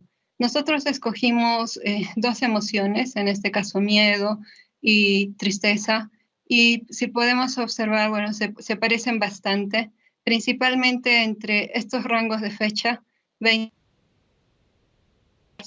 Así que lo ampliamos un poco para observar mejor, ¿sí? Bueno, y encontramos que, bueno, estas dos emociones en ese tiempo tenían un comportamiento similar. Nuestra quinta pregunta de motivación: ¿cuál emoción cambió más durante el evento? Bueno, en Florida nosotros escogimos la emoción sorpresa, y nosotros podemos notar, por ejemplo, que acá está un poco abajo y como que al final como que va creciendo. Y bueno, eso con respecto. Luego, nuestra sexta pregunta: ¿en qué día los usuarios expresaron el nivel más alto de emoción? En este caso, si nosotros podemos observar, acá es donde se producen los mayores picos, ¿sí? Que es el 9 de marzo en la ciudad de Nueva York. Entonces, también buscamos en noticias qué había pasado y, bueno, las acciones de Wall Street habían caído, esto debido a la pandemia, al miedo de que se propague por todo el mundo, toda la confusión que estaba pasando en esos momentos en Italia. Luego, nuestra pregunta 7, ¿cuál fue la tendencia de las emociones de un evento específico? Nosotros en el estado de California escogimos una fecha específica, escogimos el 19 de marzo, buscamos qué había pasado el 19 de marzo y en esa fecha el gobierno había anunciado una cuarentena obligatoria indefinida. Entonces podemos notar que a partir de ese evento como que se redujeron más o menos las emociones, como por ejemplo miedo. Luego, nuestra octava pregunta: ¿cuál es la palabra más utilizada de tweets en una fecha específica? Nosotros seleccionamos, en este caso, estado de Texas, el 5 de abril, y podemos notar que la palabra más frecuente es cuarentena. Ahora, para explicar un poco mejor, creo que lo tenía por acá, ¿ya? Nosotros podemos cambiar estados, por ejemplo, Texas. Se muestra en una línea de tiempo el perfil emocional, en este caso del estado seleccionado, donde podemos observar las emociones por cada fecha. Y si nosotros hacemos, por ejemplo, clic izquierdo el 5 de abril, nos muestra, nosotros podemos mover esta ventana pop-up, nos muestra el word cloud, que son las palabras, bueno, de mayor tamaño, las palabras más frecuentes. Y bueno, como estábamos pensando trabajar con grandes cantidades de datos, trabajamos con paginación. Entonces, por ejemplo, si me voy aquí, nosotros podemos seleccionar alguno de los tweets. Por ejemplo, y si yo selecciono este tweet específico, entonces se carga en este caso el scatterplot, el plano bidimensional, que está compuesto, bueno, dependiendo del arousal, de la valencia, y nosotros podemos observar las diferentes palabras de ese tweet con sus respectivos, por ejemplo, cuarentena, con sus respectivos valores de valencia, arousal, dominancia, y en este caso emoción, miedo, ¿ya? Se puede cerrar, bueno, se puede mover, se puede cerrar. Nosotros podemos moverlo y nosotros podemos seguir consultando alguna otra fecha específica, por ejemplo, 19 de marzo, y se cargan sus respectivas nubes de palabras, bueno, ¿no? Y puede seguir navegando el usuario. Conclusiones, trabajos futuros. En este trabajo nosotros presentamos COVID-Emovis como una herramienta que puede permitir a los especialistas en psicología analizar e interactuar con datos de tweets para conocer más acerca de los perfiles emocionales de los usuarios. COVID-Emovis ayuda a ver las palabras más importantes de los tweets a través de una nube de palabras, y a través de un plano bidimensional nosotros podemos observar por cada palabra compuesta del tweet sus respectivos valores de valencia, arousal y dominancia, ¿no? Y sus respectivas emociones. Una extensión de este trabajo podría ser un análisis en tiempo real de los tweets. Ahora, todas estas implementaciones fueron hechas con tweets en inglés, con diccionarios, ¿no? En inglés. Ahora sería interesante aplicar con otros, en otros países, con otros diccionarios. Ahora, donde nosotros encontramos los diccionarios, habían de otros idiomas, había de español y bueno, de otros países. Entonces también nosotros esperamos trabajar con grandes volúmenes de información en la visualización. Entonces para ello es necesario pensar en la granularidad para no tener problemas de carga. Entonces trabajar con promedios, ¿no?, de los datos para reducir estos datos y poder cargar una muestra consistente. Eso sería todo con respecto a nuestro trabajo. Gracias. No sé si hubiese alguna pregunta. Ok, buena presentación. Tenemos algunas preguntas. La primera es, ¿a quién estarían dirigidos los resultados que han obtenido de sus pruebas? En este caso era exploratorio, lo hicimos mayormente, queríamos que sirva para los psicólogos. En este caso porque ellos manejan más esos términos, incluso en la psicología están todas esas categorías, ¿no? Ahora no es la única categoría Plutchik, existen otras. Y también, bueno, entienden mejor ellos, ¿no? En cuanto a lo dimensional, valencia, arousal, dominancia. Entonces, estaba dirigido en este caso, a psicología. Sí, sobre todo que de repente se puede conocer la relación entre cada una de las emociones, ¿no? Se mostraron 4 pares de emociones y ¿quién mejor que los psicólogos para poder tener una evaluación mucho más completa de esto? Ok, la siguiente pregunta es, ¿se han pensado otras herramientas o usar infraestructuras como servicio? Las herramientas, a ver, que nosotros hemos utilizado, bueno, en cuanto a qué se refiere, en cuanto a la visualización, herramientas, bueno, en cuanto a las herramientas de visualización, bueno, hemos utilizado el D3, el SVG, también librería Plotly, ¿no? Todo lo que es JavaScript, Bootstrap, que se utiliza bastante en visualización de datos, ¿no? Hay bastantes trabajos de visualización en minería de datos que utilizan D3. Entonces, creo que... Sí, también, claro, es correcto, ¿no? Hemos utilizado todo este tipo de librerías un poco para la visualización. Y en cuanto a la infraestructura, quizás como un trabajo futuro podríamos tener este análisis en tiempo real, ¿no? De repente ya utilizar un servicio que automáticamente pues pueda recolectar para una región específica, para un país específico, tweets y en tiempo real pues mostrar los resultados, ¿no? Mostrar las visualizaciones respectivas de esta data. Ok, la siguiente es, ¿con qué tipo de profesionales han desarrollado su propuesta?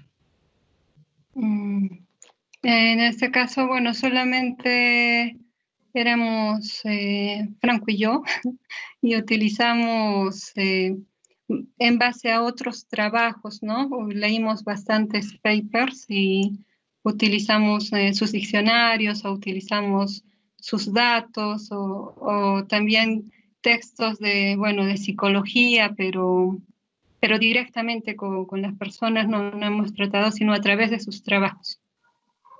Sí, tuvimos un trabajo relacionado estamos referenciando un trabajo para poder obtener las preguntas de motivación y las cuales hemos respondido, ¿no? Esas preguntas están referenciadas en otro artículo del cual nos hemos basado. Ok, y última pregunta. ¿El seguimiento de las emociones a través de los tweets podrían identificar a personas con depresión? El seguimiento de las emociones con depresión. En nuestro caso, las emociones, porque existen otras categorías, sí, donde ven la depresión, podría ser, en nuestro caso solamente vemos estas emociones, pero sí he visto que en otras categorías se consideran. Quizás no basarse en Plutchik, sino basarse en esas otras categorías que ahora no recuerdo. Sí, porque en nuestro caso, bueno, solamente hay el que sería el miedo, ¿no? Sí, precisamente nuestra herramienta interactiva nos permite habilitar o deshabilitar cada una de las emociones. Para la pregunta específica que nos hacen, podríamos considerar habilitar nada más miedo y tristeza y poder hacer un seguimiento, ¿no? A través de un día específico, un rango de fechas específicas. Pero directamente como depresión no tenemos, ¿no?, ese análisis. Sé que existen otros modelos psicológicos que no consideran 8 emociones, sino 11. Entonces, también se podría aplicar al trabajo, ¿no?, como una extensión. Ok, perfecto. Bueno, gracias nuevamente. Seguimos con el siguiente paper, titulado Juguete interactivo para fortalecer la memoria, atención y lógica de estudiantes de educación primaria usando Spiro, Arduino, Neurosky, Mindway, de los autores Susan Pari Larico, Brandon Llerena Urday, Álvaro Fernández del Carpio, Karina Rosas Paredes y José Esquicha Tejada. Les cedo la palabra y pueden comenzar. ¿Se puede ver? ¿Sí? Sí, sí se puede ver. Listo. Comenzamos. Buenos días, buenas tardes con todos. El tema al exponer es juguetes interactivos para fortalecer la memoria, atención y lógica de estudiantes de educación primaria usando Sphero, Arduino, Neurosky, MyWave, electroencefalograma, ¿sí? EEG. Primero tenemos que tomar en consideración lo siguiente, ¿sí? Sabemos de que los estudiantes de educación primaria es de suma importancia que deben tener un desarrollo, ¿sí?, en las capacidades y habilidades mentales, cognitivas y psicomotrices, sociales y afectivas, ya que sabemos de que es importante, ¿sí?, para su desarrollo ya cuando sean profesionales. También sabemos, mediante otras investigaciones, que a los niños siempre les gusta jugar con alguien o divertirse en el juego que implique un desafío, ¿sí?, un reto que sea mucho más viable. Sabemos de que también la psicología infantil menciona la importancia del juego interactivo, que logre desarrollar esa parte cognitiva y afectiva de los niños. También nos mencionan de que los juegos interactivos que usan tecnología activan diferentes piezas claves para lo que es el desarrollo integral. Recordemos que al final los niños juegan bastante a esa edad y ya no se considera como un pasatiempo, ¿sí? Sabemos que actualmente hay muchos profesionales que juegan videojuegos y que actualmente se ganan la vida de eso, ¿sí? A nivel mundial tenemos un montón, como también acá en Perú hay profesionales dedicados a lo que es la parte profesional, ¿sí?, del videojuego. También tenemos otras investigaciones que se han visto relacionadas a utilizar este dispositivo Neurosky. Este dispositivo, aquellos que todavía no conocen, es como una vincha que se coloca como si fuera un gorro, en la cual hay una parte de un sensor en la frente que comienza a realizar el sensado, ¿sí?, el nivel de atención, la meditación, el parpadeo, y esto lo que va a hacer es identificar hasta qué punto puede darse. En este caso, el proyecto de investigación de este artículo relacionado es hacer que el carrito juguete pueda movilizarse, ¿sí?, se pueda caminar con lo que es la atención. También sabemos de que hay mucho sobre lo que es la placa de Arduino. En el año 2014 en Perú mayormente se había comenzado a utilizar esta placa, que es una placa de open source que va a permitir poder realizar muchos proyectos creativos, innovadores, ¿sí?, que al final permiten desarrollar mayor y fomentar la cultura creativa de los mismos estudiantes. Ya no solamente de los mismos universitarios, sino estamos hablando que también está sucediendo para lo que es el colegio secundario, como también en la parte de primaria. Utilizan estos proyectos y tenemos una gran cantidad de proyectos a nivel mundial dedicados a esta placa de Arduino que todo nació en Italia. Igualmente hay proyectos que utilizaron justamente esta parte del detector de ondas cerebrales Neurosky MyWave, ¿sí?, en la cual sabieron de que un tiempo se utilizaba mucho lo que es e-learning, ¿sí?, y vieron las ventajas de utilizar e-learning con los alumnos y profesores. Y nos dimos cuenta de que sí, efectivamente, podrían tener un poco más de conocimiento de esas emociones adecuadas a lo que se refiere a utilizar una plataforma e-learning, ¿sí? Pero siempre utilizando esta vincha de NeuroSkype, ¿sí? Para captar la información. Como también les mencioné, los códigos abiertos hay un sinfín y cada vez son más dedicados a la parte de educación.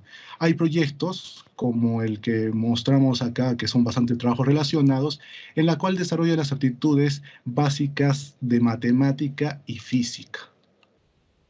Entonces, en el caso de nosotros, como lo que queremos es generar un juguete interactivo, ¿sí? Que permita a que los mismos estudiantes puedan, se pueda, digamos, censar, ¿sí? Cómo está la atención, la lógica y la memoria de ellos. Para el caso de nuestra investigación sería de quinto y sexto de primaria, ¿sí? En la cual hemos hecho un desarrollo de 104, bueno, hemos captado información de 104 estudiantes y para el cual nosotros generamos una metodología, ¿sí? En este caso, la planificación. Lo que hicimos primero es elaborar historias que permitan captar y encuestar a los mismos estudiantes con ayuda, obviamente, de los psicólogos para saber hasta qué punto nosotros podemos tener mayor conocimiento de lo que quieren, ¿sí?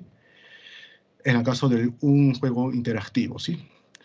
Entonces, luego hemos hecho lo que es el diseño. Estos mockups van a permitir generar un mockup para lo que es el diseño de la aplicación web, del sistema web y también saber más o menos en qué partir, ¿sí? Para poder tener conocimiento que más o menos conocen los de quinto y de sexto año de primaria, ¿sí? En el colegio. Luego de eso hemos hecho lo que es la codificación. En el caso de la codificación es elaborar, ¿sí? El código para lo que es la aplicación móvil, el sistema web, la placa de Arduino, que es justamente el cerebro del carrito, del juguete que está impreso en 3D, y un tablero de control en la cual justamente va a poder moverlo, ¿sí? De forma inalámbrica.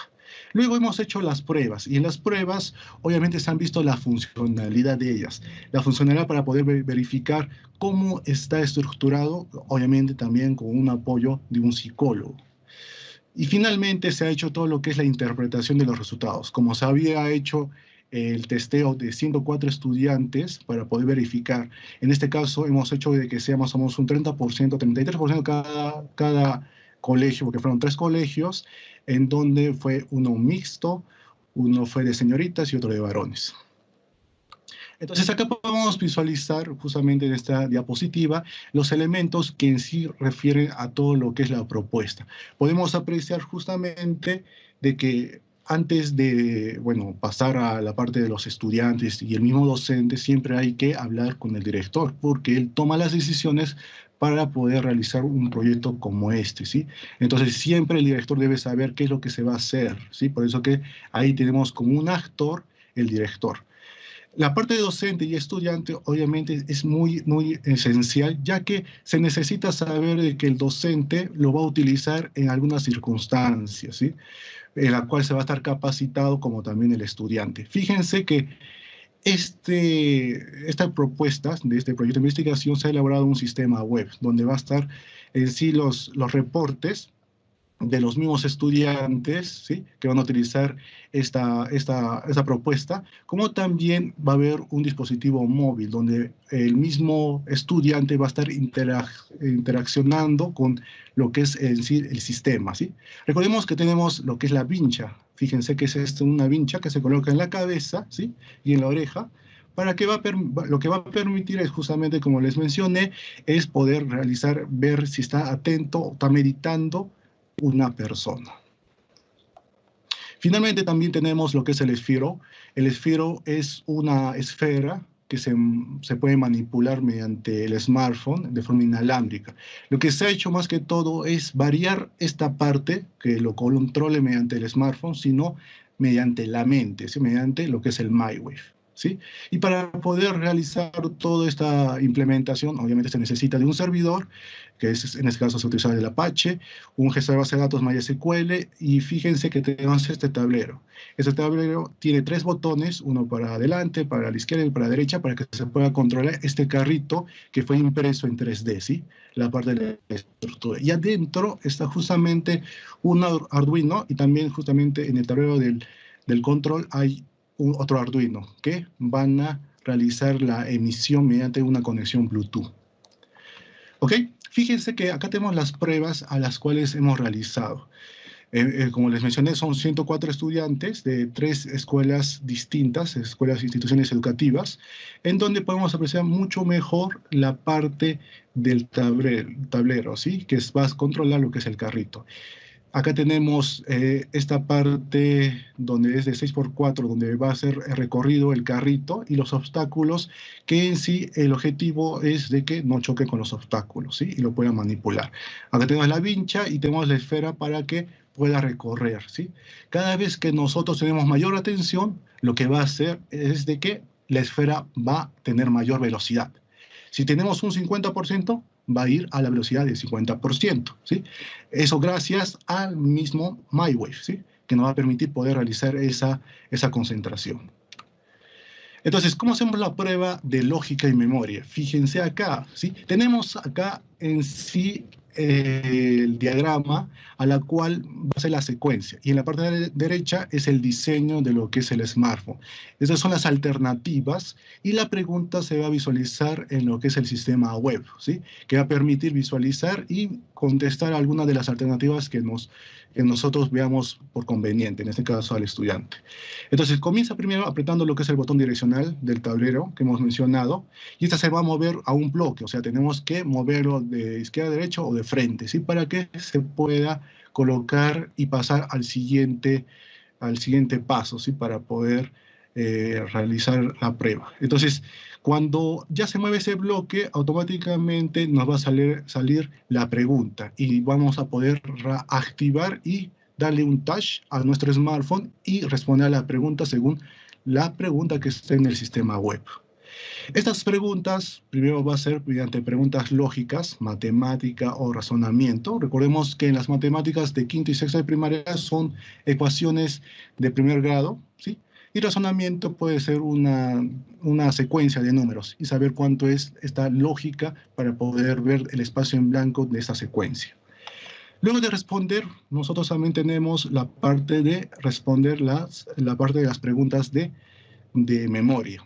Entonces, esta parte de las preguntas de memoria son palabras de lenguaje, ¿sí? Entonces, por ejemplo, un poco de cultura general, ¿sí? Entonces, ¿quién es el presidente del Perú, por ejemplo, ¿sí? Entonces, ellos deberían responder, y como hacen ese proceso de recordar, el mismo MyWave va a detectar, ¿sí? Justamente si es que están recordando lo que han aprendido y generan esa lógica, ¿sí?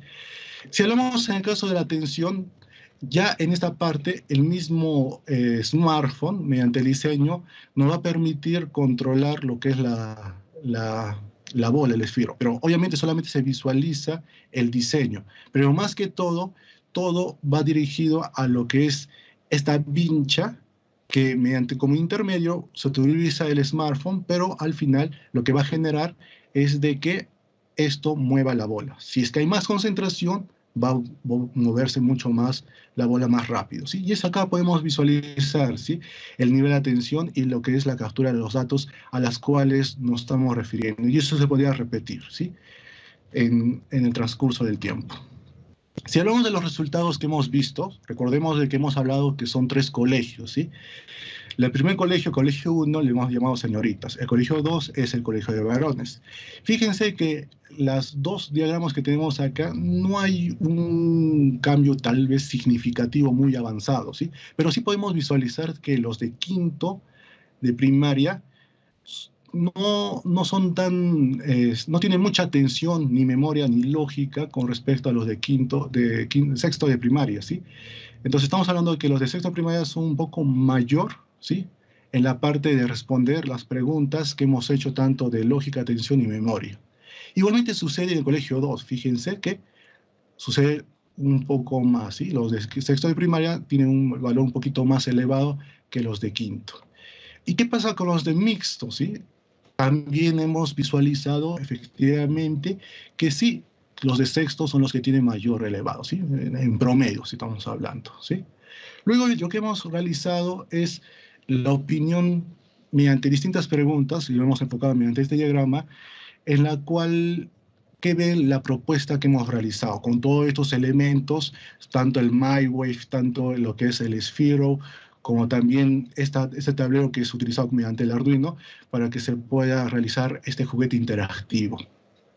Y la respuesta de estos 104 estudiantes es que es muy interesante, 58%, interesante 38%, y solamente ese 4% que es indiferente, o sea que no le parece le parece normal, ¿sí? Un juguete como un corriente, que es muy poco. Entonces, si hablamos en el caso de las conclusiones, podemos apreciar que sí, la tecnología ha ayudado a que la educación sea mucho más interactiva, ¿sí? Gracias a lo que es la tecnología. Igualmente, la placa de Arduino, el tablero de mando, la pista, ¿sí? De 6x4, como el MyWave, y el esfero se pudo lograr un juego interactivo que pueda llamar la atención de los mismos estudiantes. Recordemos que estos 104 estudiantes han comprobado mejores niveles de atención y lógica. Cada vez que hacían, se podría visualizar un mejor atención, mejor lógica y mejor memoria. Obviamente podemos hacer cambios de las preguntas y podemos ver hasta qué punto los mismos estudiantes recuerdan de todo este proceso de enseñanza. Igual, el esfero de NeuroSky, como se ha integrado, se ha hecho algo interesante para el caso del estudiante, para que lo pueda concentrarse, para que se pueda mover la velocidad del movimiento según la atención que se tenga, ¿sí? Igualmente hemos mencionado que la aceptación es bastante grande, 96%, ¿sí? Si hablamos juntando los dos, 96% de estos 104 alumnos encuestados. Y finalmente, esta parte de desarrollo de la propuesta es muy interesante porque al final lo que hacemos es mejorar estas metodologías de enseñanza del alumno y podemos testearlo mediante este juguete interactivo, ¿sí? Siempre, más que todo, como agradecimiento es al vicerrectorado por este financiamiento que siempre nos da en algunos proyectos de investigación. Muchas gracias.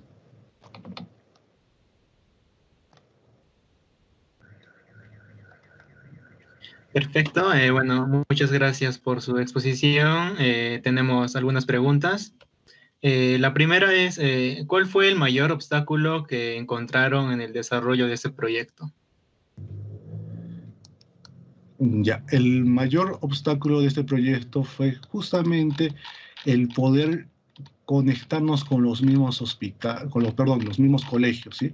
Hemos mencionado que los directores deseaban conocer qué es lo que quieren investigar. Nuestros alumnos no son conejillos de India, sino de una forma queremos saber en qué nos beneficia, ¿sí? Y entonces, de una forma, ellos se dieron cuenta de que es un proyecto que podría ayudarles a saber si es que los mismos estudiantes están aprendiendo, ¿sí?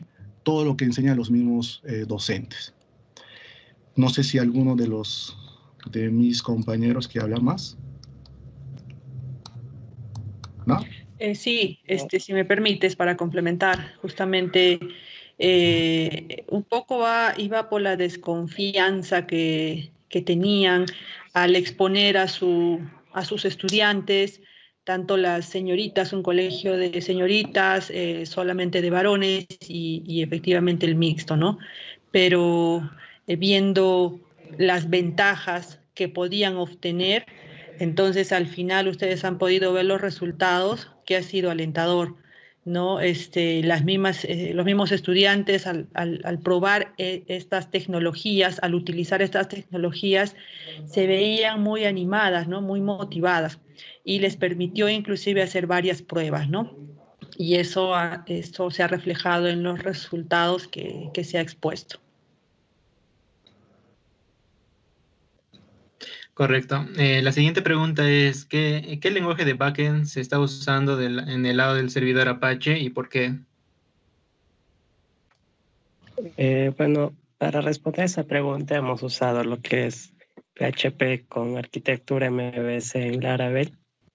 Y bueno, lo hemos usado porque ya es el lenguaje backend que tenemos más familiaridad y conocimiento, sobre todo en la que es las librerías de JavaScript para la generación de gráficas, etc.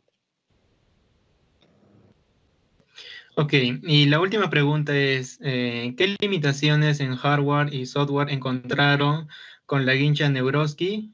¿Nos mencionaría si hubo incompatibilidades? Bueno, como la aplicación fue desarrollada en Android, y ya había librerías implementadas por usar esto, ¿no? La verdad, más que todo es la conectividad, los problemas de Bluetooth, etcétera. Igual pasó con el Sphero. Sí, más que todo, como menciona nuestro integrante justamente de esta investigación, es de que al final la parte de la integración de distintas tecnologías que al final no son de la misma marca se ha hecho un poco complicado, ¿sí?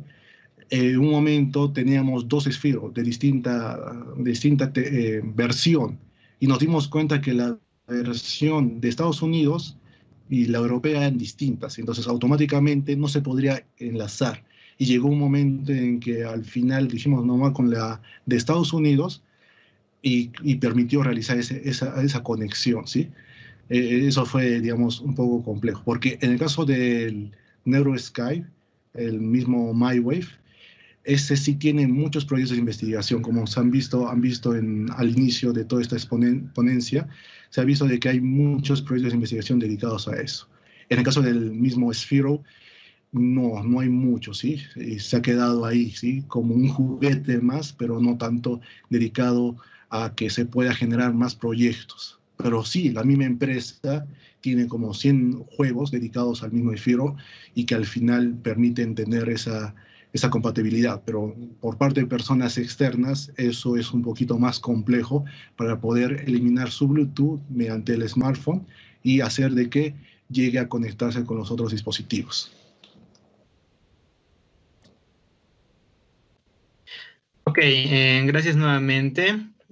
Bueno, con esta exposición damos por concluida la exposición de papers del tema adaptabilidad y gamificación. Agradezco la participación de todos los expositores por su investigación y compartir su conocimiento. Les invito a seguir con la programación de la sexta jornada iberoamericana de interacción humano-computador en la sala principal, con la ponencia PERMET, Desafíos y Oportunidades en HCI, que se dará a las 3 de la tarde. Bueno, eso sería todo. Gracias por su atención. Que tengan buen día. Gracias. Hasta luego.